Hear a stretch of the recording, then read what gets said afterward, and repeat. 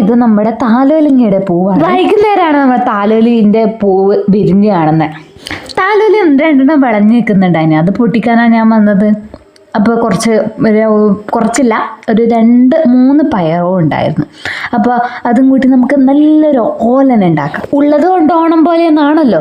അമ്മ കത്തിയെല്ലായിട്ട് താലോലിൻ്റെ തോല് കളയാൻ റെഡി ആയിട്ട്. താലോലി അധികം വെച്ചാൽ മൂത്ത് പോയാൽ പിന്നെ നമുക്ക് ഒരു ഉപകാരവും ഇല്ലാണ്ടായിപ്പോൾ.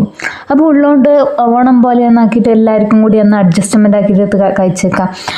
എനിക്ക് ഈ താലോലി ഭയങ്കര ഇഷ്ടമാണ്. താലോലിയും പയറും കൂടി ഓലൻ വെച്ച് കഴിക്കാൻ നല്ല ടേസ്റ്റാണ്. ഓലനല്ല, ഒരുപാട് ഉണ്ടെങ്കിൽ നമുക്ക് എണ്ണയിലിട്ട് വരട്ടി എടുത്താലും നല്ല ടേസ്റ്റാണ്.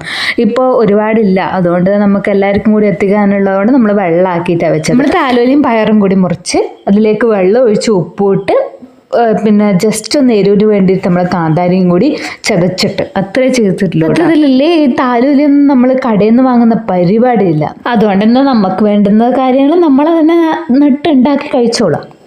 അപ്പോൾ ഇന്നത്തെ വീഡിയോ ഇത്രയേ ഉള്ളൂ. ടാറ്റാ, ബൈ ബൈ, സീ യു.